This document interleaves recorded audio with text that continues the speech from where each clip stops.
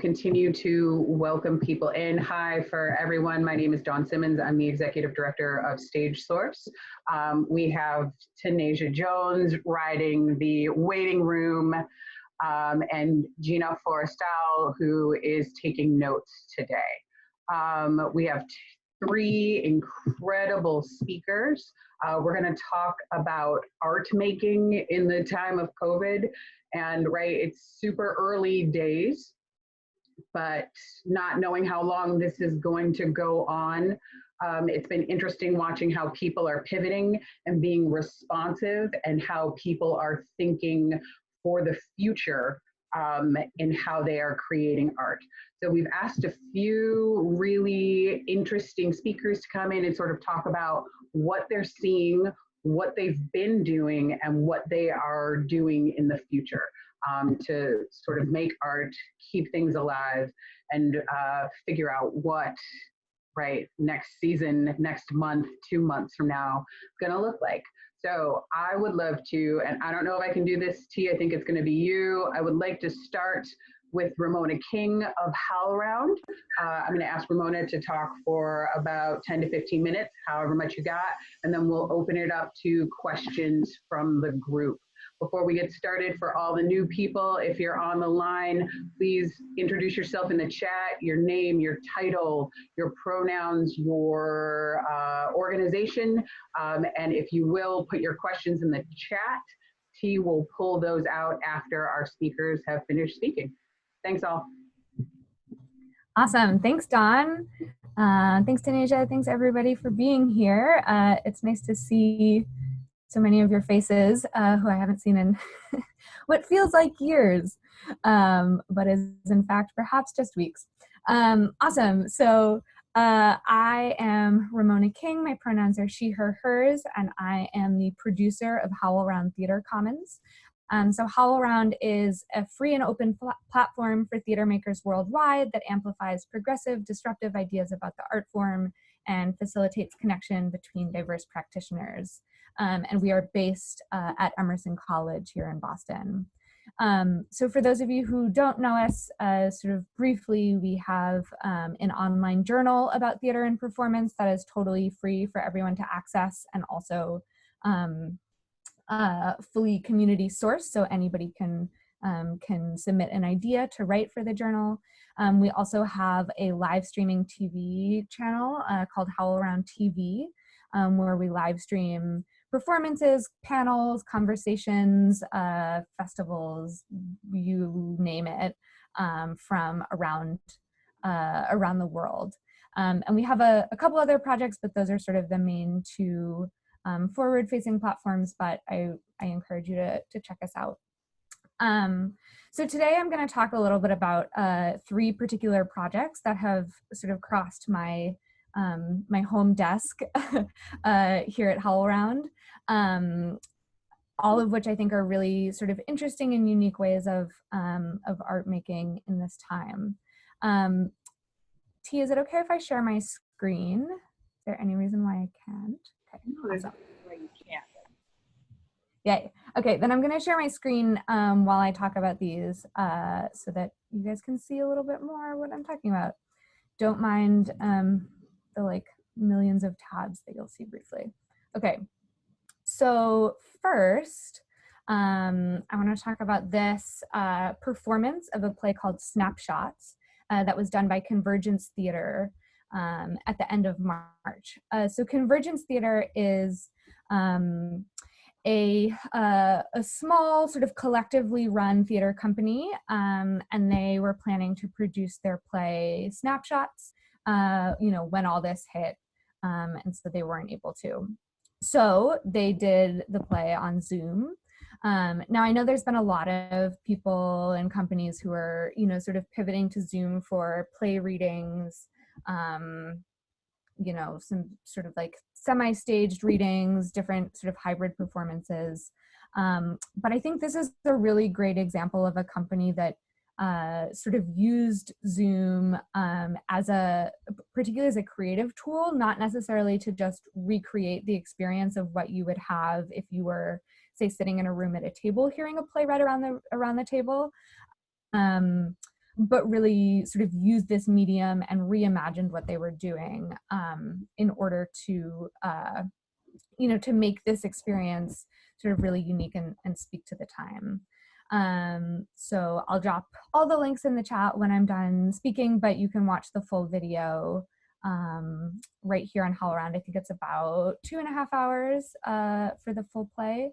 But I definitely recommend checking it out for anybody who is interested in putting their work online sort of via Zoom at this time. One of the key things that that the creators have talked about being really important here was that they rehearsed extensively on Zoom. So once they knew that they weren't going to be able to put the performance up in the way that they thought they were, in real life, they moved to Zoom, and so they were able to essentially like tech on Zoom, cue each other in different ways. And we are also going to have an essay by Asif Majid, who's the playwright. That'll be appearing on HowlRound in the HowlRound Journal on Thursday. And so that'll be sort of a more in-depth behind the scenes, like how we made this thing. So stay tuned for that if you're interested in this. The next project I want to talk about is called Downtown Variety from La Mama. So La Mama is an experimental theater club in New York City. They also have sort of a tech wing called Culture Hub. So they have live streamed their performances with us for years. They're in-person fully staged performances. In this time now, obviously, of social distancing, they've pivoted to doing this once a week variety show, essentially. So they're sort of tapping into their founding roots, their 1960s cafe aesthetic, and inviting various performance artists, theater artists, to make sort of short videos, which are then live streamed every Friday evening. So it's kind of like a scratch night for performance artists. There's a huge amount of variety, as you would expect in every show. So there's live music, there's video projects, there's monologues, there's poetry, and each week is our different artists. They list them here. But the thing that I think is really cool about this one is that they've committed to doing it, every week. So it's sort of a standing thing on Fridays at 8 p.m. Eastern. So it's different every night, but it's a way to provide perhaps some sort of structure or routine for people who are looking for that type of outlet as either an audience member or a creator. So you can check out Downtown Variety with La Mama, also on HowlRound TV. And then the final project I want to talk about is called Trickle Up. So this is a subscription video platform that was the brainchild of performance artist Taylor Mack, who's an incredible performer, playwright, musician, drag artist based in New York City. So Trickle Up basically is a platform through which more established artists, such as Taylor Mack, and people sort of at Judy's level, are making short creative videos. So that could be, them playing music, them reading pieces, doing monologues, doing, weird movement pieces, whatever it may be, putting them up on this site, Trickle Up. And then anyone can subscribe to it for at least $10 a month. And then the proceeds are going to other artists in New York. Their goal is to give a $10,000 commission for further video content every month to different artists.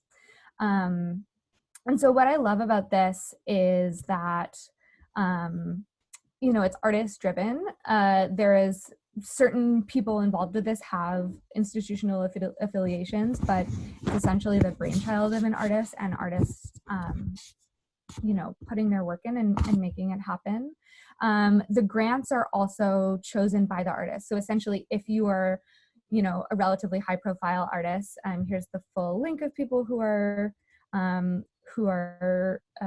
featured. So say, you know, Sarah Rule, they were like, Sarah, will you read a poem or whatever? And she's like, of course. And then she gets to choose one of the artists who receives the $10,000 commission. So each of the people who have donated content are selecting the recipients. And so I really love this because I think it's, you know, it's just a really great example of, like I said, artists coming together to help each other, a relatively low lift for everybody, but then also like a genuinely delightful and eccentric and varied platform, you know, for subscribers. The videos that you get access to are really phenomenal. They're really intimate. You know, it's these incredible artists sort of just like holding up an iPhone and really sharing oftentimes sort of deeply personal things about themselves, which is lovely. So those are the three main projects I wanted to talk about. I also just want to quickly shout out an essay that we published this morning that you might be interested in. It's by Jonathan Mandel, and it is a piece on pandemic theater aesthetic. So basically, Jonathan has watched like a huge amount of the live streams and video projects that theater artists have been putting out, and kind of analyzed what he sees as a developing aesthetic in this time. So for folks who are interested in, you know, in putting art up publicly, it might be of interest. So I will come back to my face. I will drop the links in the chat, and I'm happy to answer any questions if anybody has any. So there are not that many questions in the chat as of yet, so I'll leave some time for people to put questions up there. The questions that Dawn has that she put in the chat is, have any organizations presented today started to pivot to a web-based content or other content? What are people producing, and how are you tracking your audiences in producing? Anybody have an answer to that? You can just raise your hand and I'll unmute you.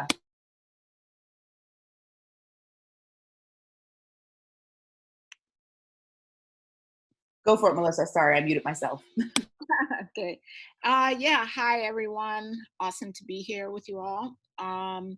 So my company, Red Sage Stories, is a playback theater troupe. We do art, other theater stuff as well, but we're figuring out how to do playback online. And the first thing we started with was teaching a workshop. We were going to be going to Vermont to do a performance and then a workshop. So we've just been doing the workshop part, which has been great. Everybody's in their home. And of course, we're rehearsing a lot. I think that point about that Ramona mentioned about rehearsing a lot and feeling really comfortable with the platform is super important. So we know how to adjust all the forms and creating new forms is what's happening, because playback is usually you're on top of each other. And so now it's just like, oh, reaching through the frame and what that is about. And we'll be doing a keynote performance for Arts Equity Summit. So we're working on how to perform that, respond to things that came out of their research, and record that. That's the part that I'm really curious about, getting that part done. But yeah, we're definitely pivoting. Yeah. Awesome. Thank you, Melissa. The next question presented by Maurice Parent is, aren't there issues with the unions in terms of putting work online? And I don't know, Ramona, if you have organizations at HowlRound who have worked around this, if you have any answers, or even Dawn, given the work that you've been doing at Central Square, like how have we altered on that path? Yeah, totally. So typically, I know, yes, the Actors Equity in the US doesn't allow for live streamed performances. So the bulk of the performances that we have in the HowlRound archive are international. because other countries don't have those same union restrictions, or they are non-ec productions or non-ec readings.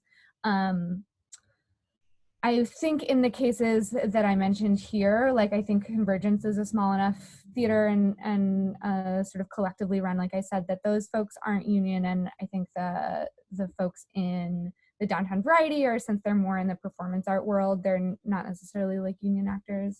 And then for Trickle Up, even though some of those folks are, it's more on like it's essentially just like the same as like putting a video on Instagram or something. There's not really restrictions there. I'm sure someone in here knows more than I do, but I do know that a lot of theaters, so many theaters have been contacting Equity about, putting out videos at this time, that there have been certain restrictions. I think I heard that like you could put your video out if you were paying your actors for at least 2 weeks. But Dawn's nodding, so I'm going to trust her. Yeah, so I know there's just a lot of like sort of new negotiation happening around that issue in the past couple of weeks. Cool. I'm going to unmute Dawn. Okay, go.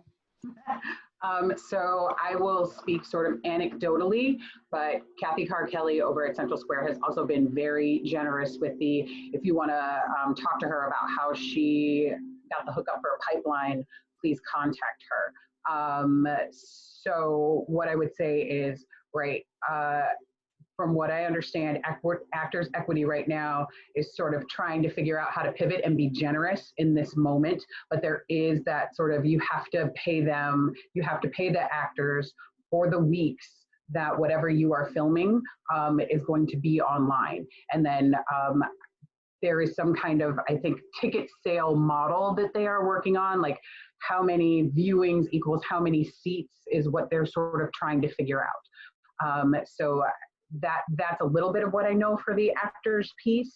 I would say reaching out to her, email me privately, and I will send you her contact information. I don't want to just throw it out for everybody. Although also you can go online and find it because that's the internet.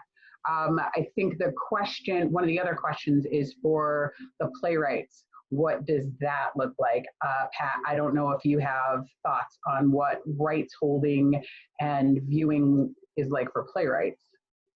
On our end, I don't think I think you have to negotiate something new with whoever the writer is to make sure that that's legit. But I mean, I think that's not, it's a lot easier to deal with the playwright than it is to deal with Equity just in general, because one person, the Guild has not put out any guidance on restrictions or anything like that I know of. It's more of writers are trying to find ways to be able to do stuff. So like we just did something with the Lyric last week, but we're still waiting to hear from Equity as to, are there restrictions? Because they want to just do it as a free thing. It's not related to production that is currently running. It's not a production that was canceled. It was just bringing back the cast together to do a Zoom reading. So, the hope is that we can do it for free, was just to bring the gang back together for an hour or two. But I don't know, if it's going to cost. I think the answer will be it won't happen. But I think on the playwright end, it's easy. But you should talk to whoever the playwright is if you're doing something to make sure you have permission and get it in writing before you do anything.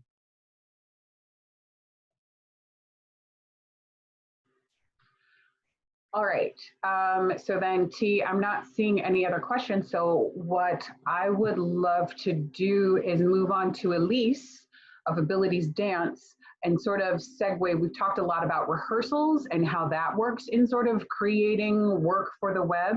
And Ellice has been doing this from the beginning. So Ellice, take it on. Hello, and thanks for having me. So I'm the founder and director of Abilities Dance. We're a dance company for artists with and without disabilities. We have different programs, but the one I'll focus on today is our professional performing company. And those are adult artists with and without disabilities that consist of dancers, composers, musicians, and an audio description editor. And so we have been implementing Skype rehearsals from the beginning since it's been a form of access. partly because we have artists from across the country that we can't bring up for every rehearsal all the time. And so Skype rehearsals have been critical to being able to have them involved in the creation process from the beginning. And then there's the other aspect too of access, whether the dancer might not feel like coming out that day, whether the ride was an hour late and they can't make it to rehearsal that day. Either way, being able to provide that kind of access has been really important as well. I think we've also had our audio description editor involved, more, not from the very, very beginning, but for a while now. She is a blind consultant to the art. She works with our choreographers to write the audio descriptions, which are words that describe movement, as an access point for any blind low vision audience member that might be in attendance. And we put it over the music so that it's a universal design element so that everyone is experiencing as close to the same thing as possible. And so that it's really coming together, experiencing the art form together. Whereas for me, headphones felt kind of isolating in a way.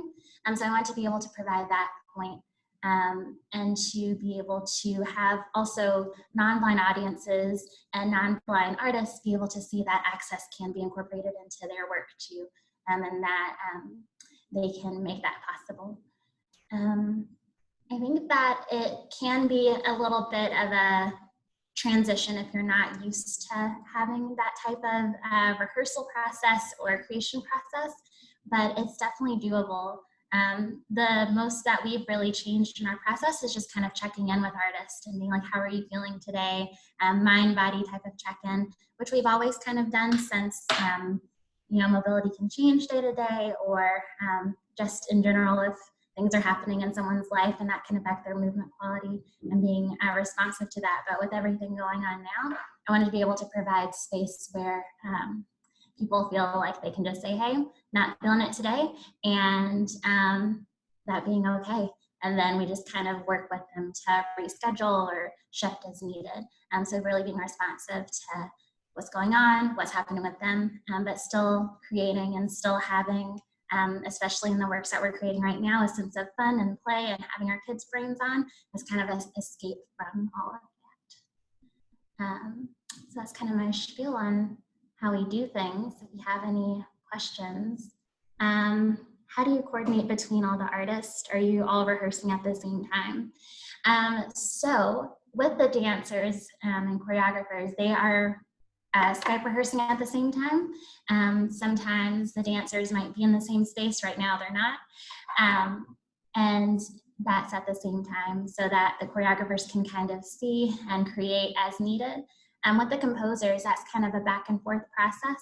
So the choreographer might send them a video and kind of give them ideas for the music they want to create. And then the composers will email back a music draft, and they can play with that at the next rehearsal or kind of edit as needed.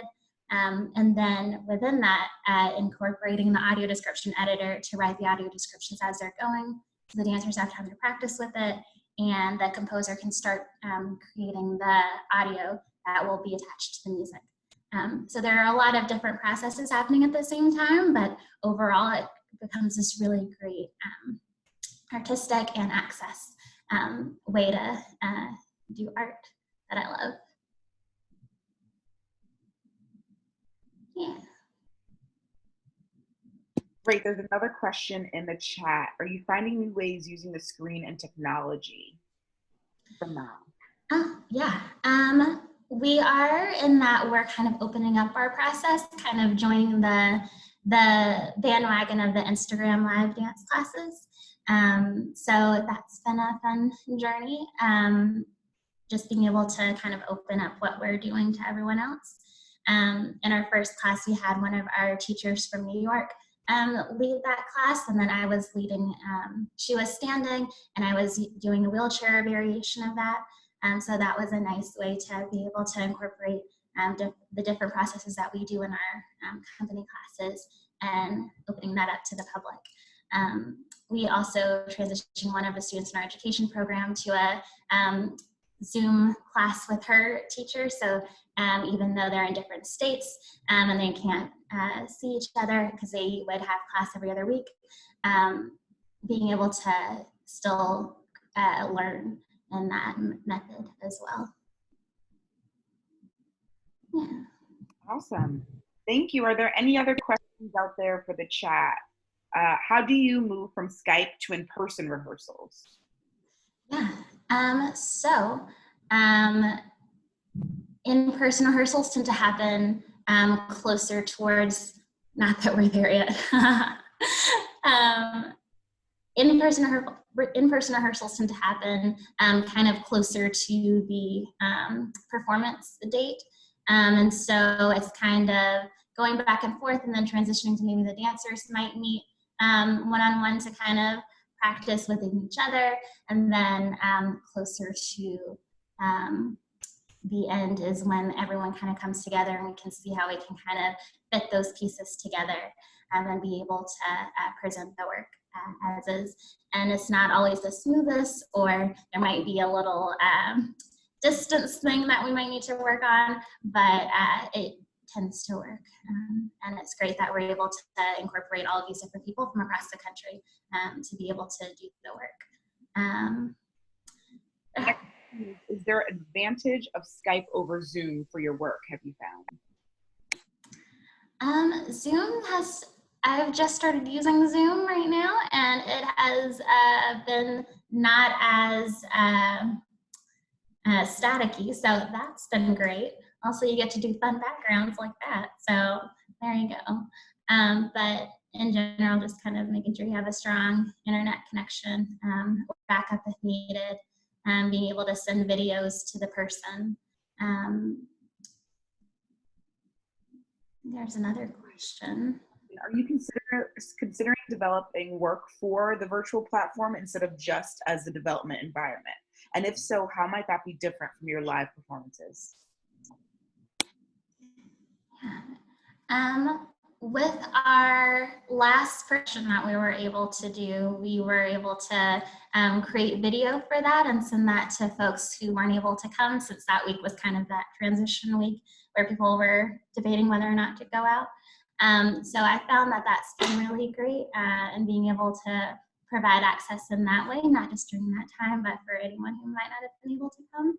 So I'm definitely considering creating work for a virtual platform as another form of access as well, and being able to incorporate things like captioning and all of the other access stuff that we have within our productions within that platform. That might be easier. Have you incorporated design into your rehearsal process? Can you elaborate on design, please? Hey,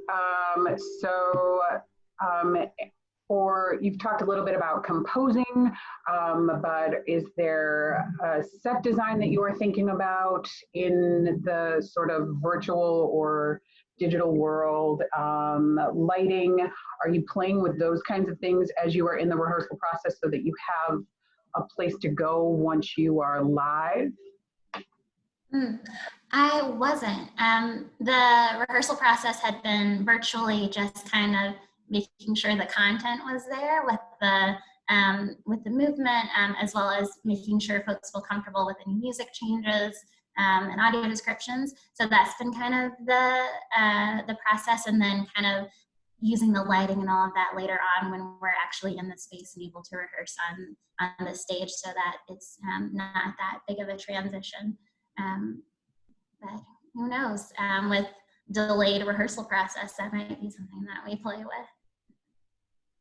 I think for me, that's a question that I have for all of us as we're starting to think about how we're creating art, right? How are we starting to bring the theatricality back to the work that we're doing, moving from sort of the readings, moving from, I don't want to say the piecemeal, because I think people are being really thoughtful about it, but I think right now it's sort of like, let's just do some stuff.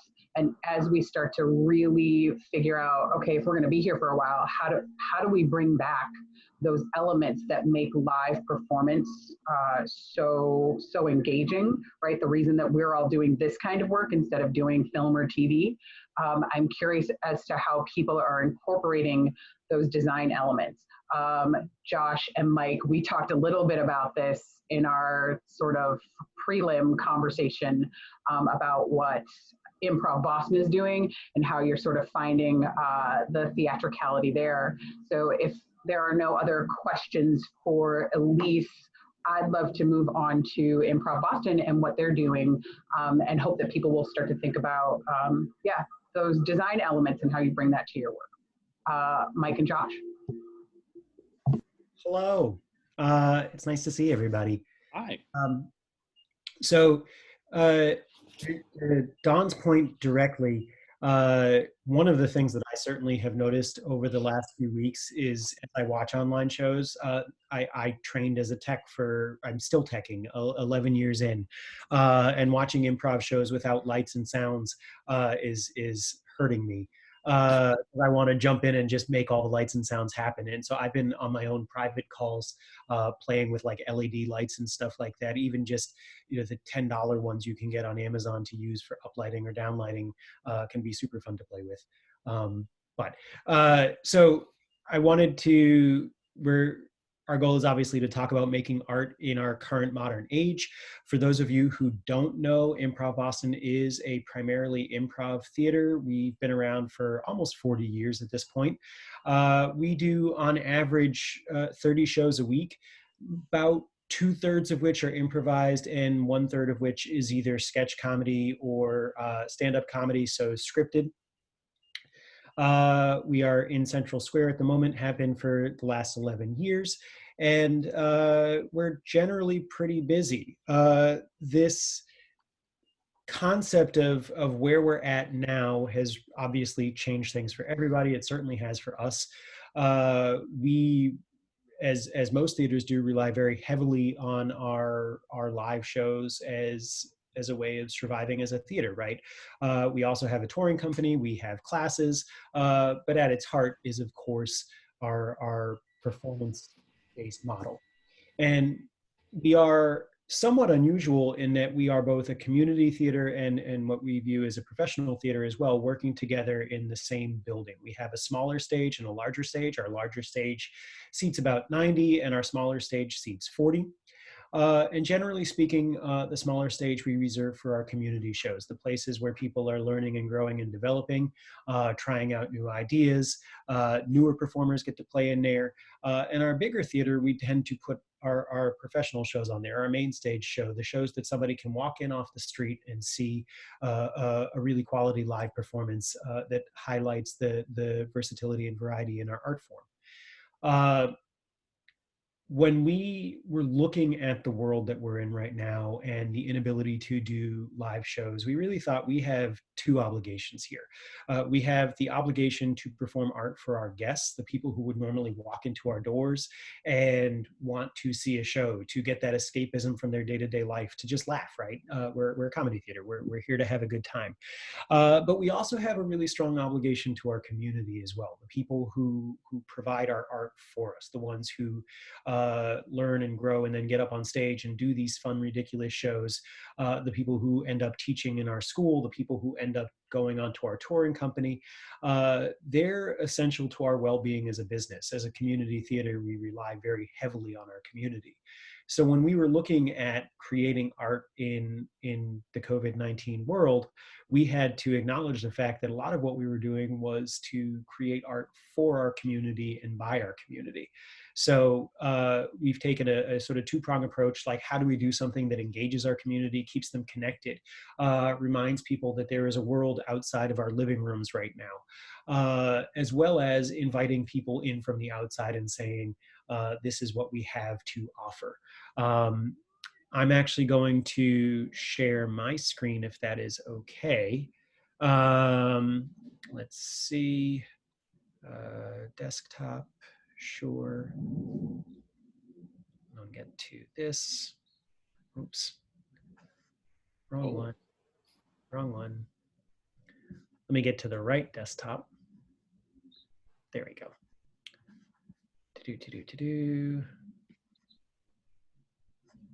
Try this again. All right. So this is just a super basic slide. Nothing terribly earth-shattering in here, but we wanted something up so that we could have at least a couple of talking points. And again, we are creating art for both our guests and for our community.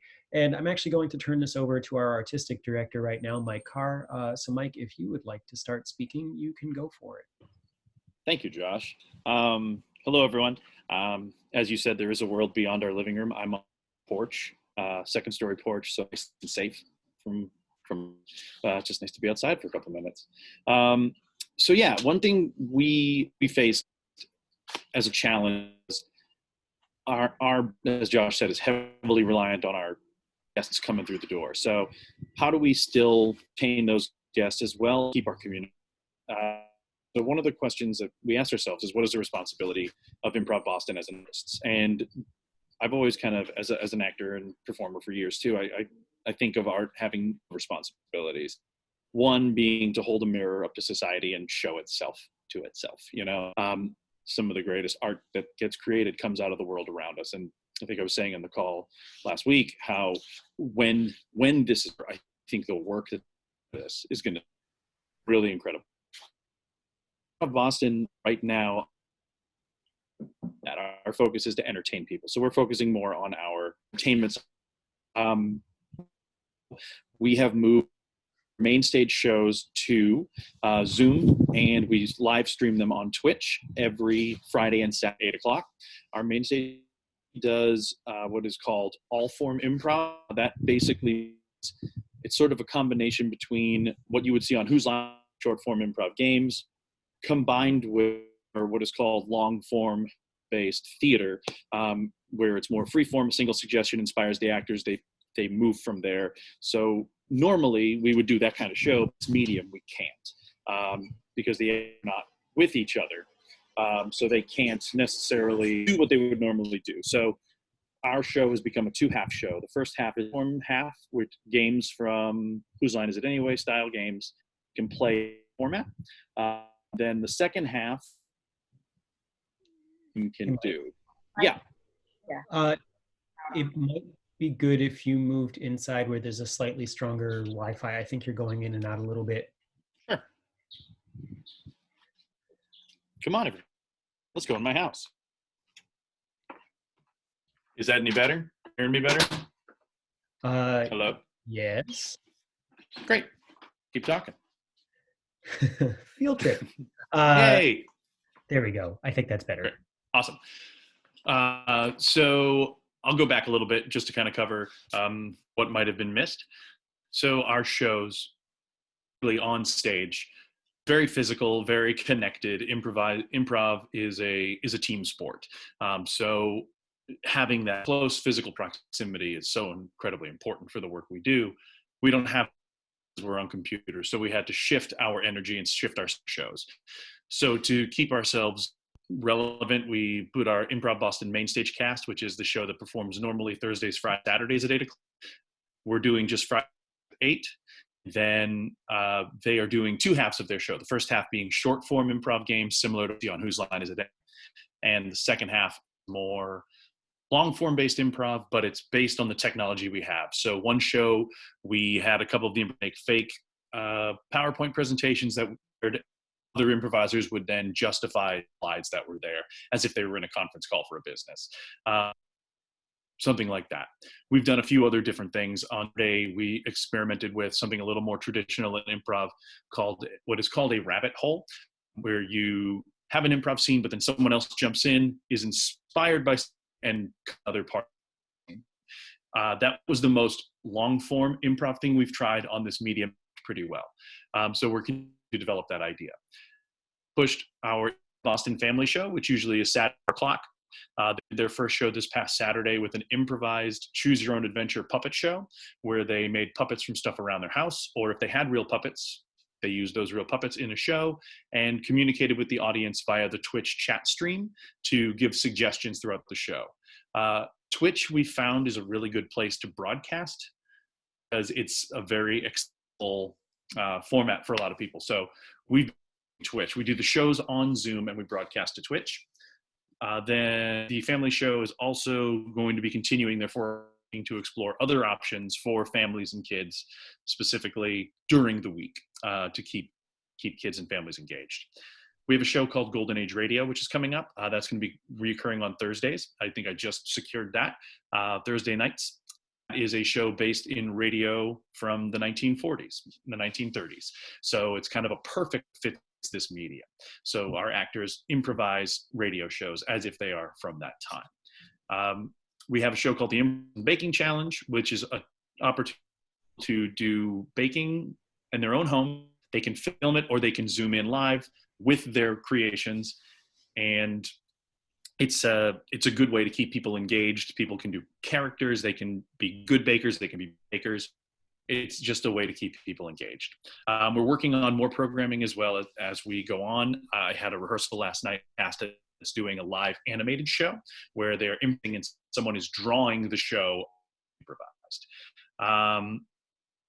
We have the benefit of making it up as we go along. So that sometimes gives us an advantage to the work we can do because we don't have to rely on, scripts and unions and the important things of the theatrical world. We don't have that. So it's easier. I think it's easier for improv to translate to this medium. We just adjust to the medium. As Josh said, our community is such a huge part of what we do. So we are looking for ways to keep our community engaged by giving them opportunities to come up with shows, to come up with ideas for performance. We have reached out to a couple other improv theaters across the country, specifically in Austin, Texas. There's a theater called the Hideout Theater. They do a lot of narrative-based improvs. They do improvised film noir stuff. They do improvised Jane Austen. They do a lot of improvised stuff like that. We're talking about doing combined shows. Josh and I have talked a lot about the idea of how ImprovBoston and the general theater community can work together. That was something I know when I started and when Josh started, we talked a lot about in general to try to get ImprovBoston to be more connected to the theater community at large in Boston.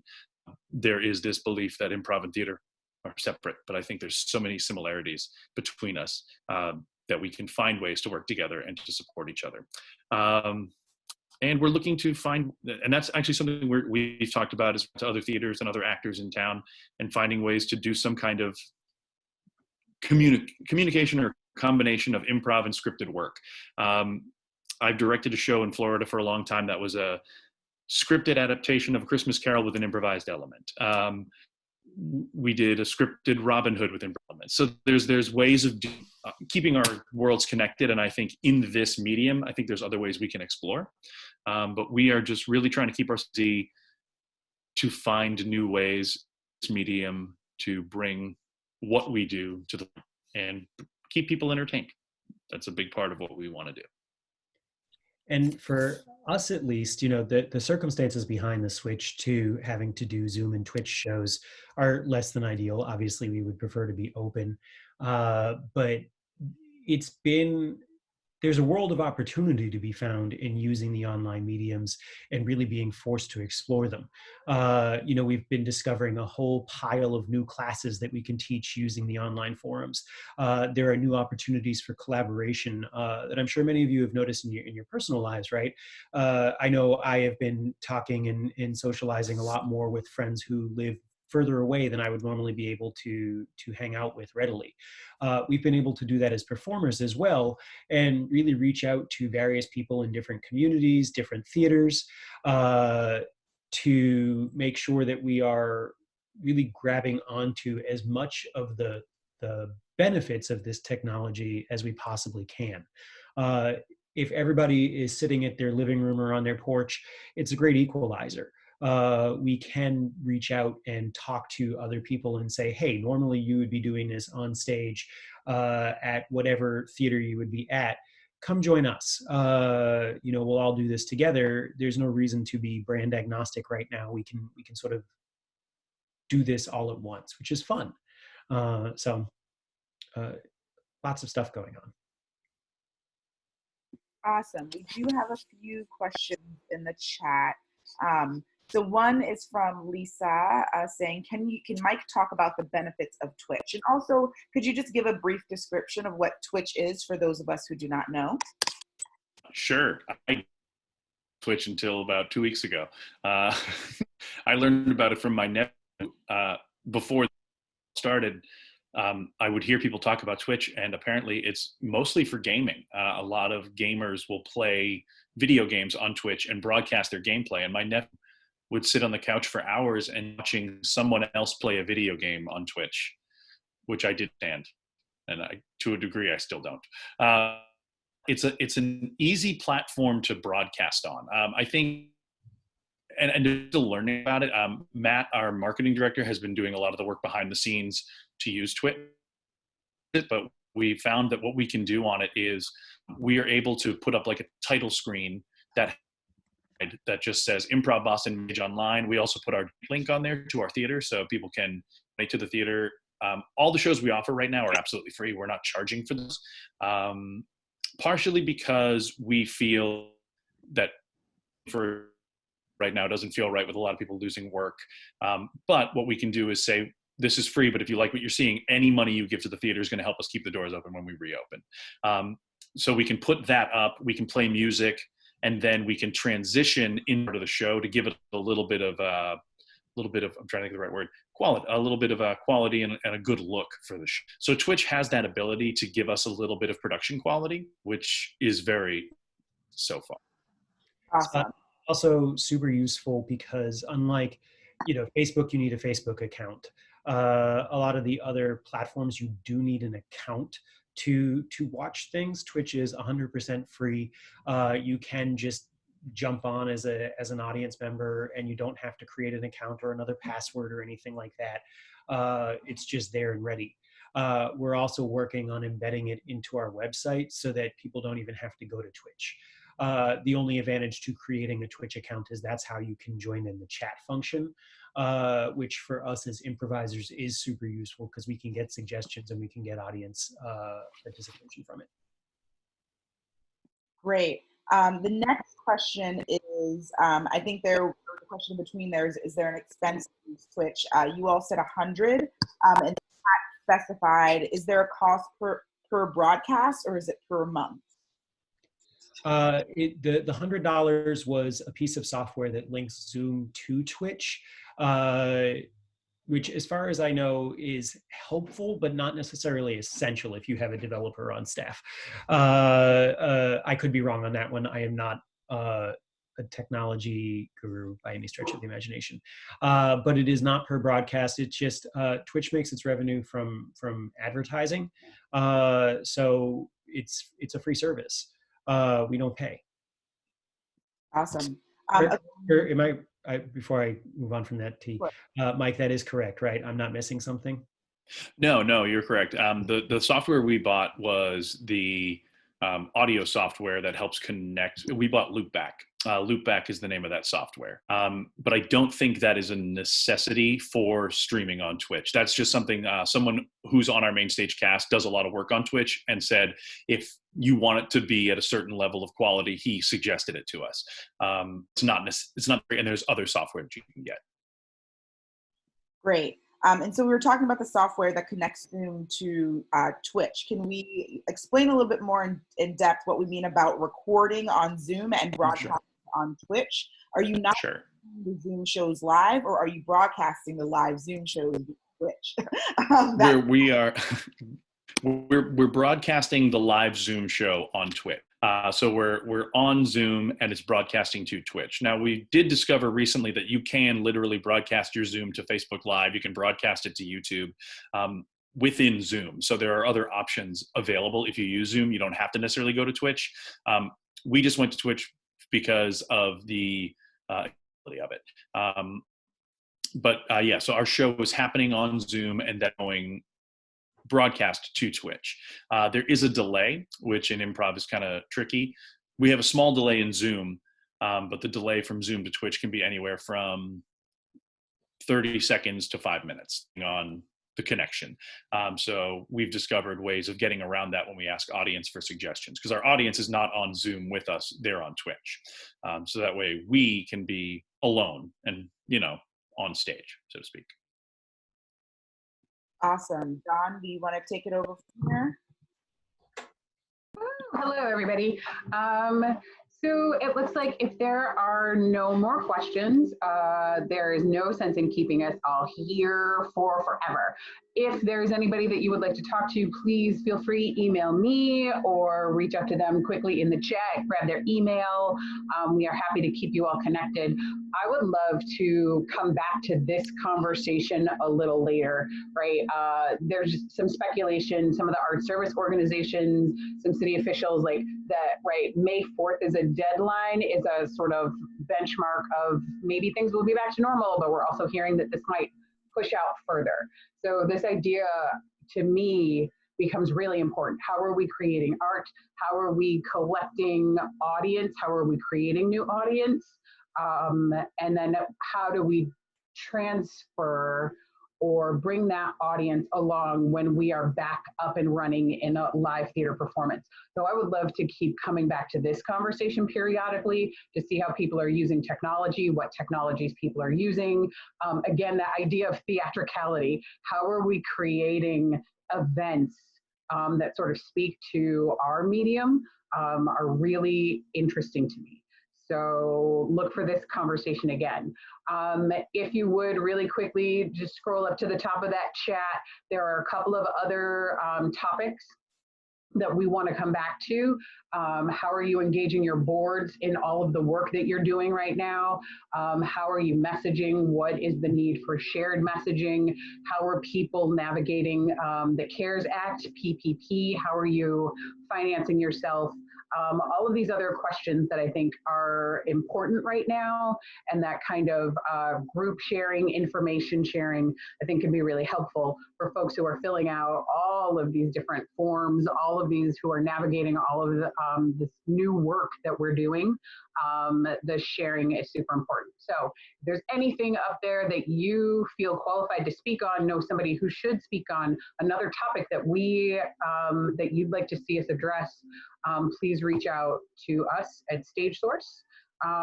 Otherwise, I think that's it, friends. I'm looking at the chat and I don't see anything else right now. So it's a beautiful day. If you are in Boston, take a walk.